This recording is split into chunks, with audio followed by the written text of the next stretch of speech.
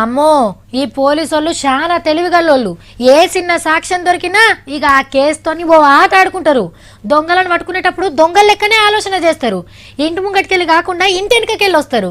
దొంగోడు వస్తా వస్తా ఏం చేస్తాడో వాటితో ఏం చేస్తాడో సేమ్ అట్లే చేస్తారు.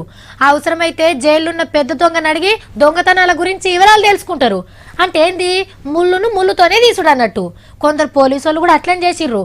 కాకుంటే ఆ ముళ్ళు వీళ్ళకే గుచ్చుకుంటదేమో మరి.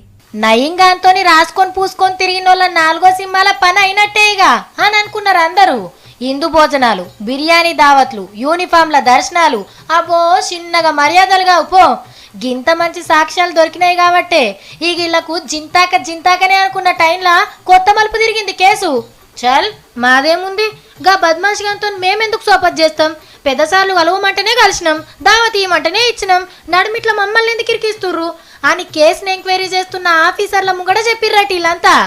మందిని చంపి దందాలు చేసే లత్కొరగాన్ని కలువమన్నగా పెద్ద ఆఫీసర్ లెవెలు ఎందుకు ములాఖత్ కమ్మన్నారో కూడా చెప్పిర్రట. పూసుక్కుని ఇలా అరెస్టు చేస్తే అసలు పేర్లు చెప్తారు. వాళ్ళు ఇప్పుడు ఇంకెంత పెద్ద పదవిలు ఉన్నారో అందరి ఇజ్జత్ పోతే ఎట్లా అనే ఆలోచన చేస్తున్నారట ఎంక్వైరీ చేస్తున్నోళ్ళు. కానీ ఇంత జల్దీ నాడు చేస్తాడు మేము ఇరుక్కుంటామని అనుకోనట్టున్నారు. అప్పట్ల నయంగాంతో అత్కం పత్కం తిరిగిన లీడర్ లెవెలో ఇంతవరకు తేలలేదు. పోలీసు వాళ్ళ కథ ఏమో గిట్లున్నది. ఇంకేం చెప్తాం, కథ కంచికి మనం ఇంకో వార్తలకు.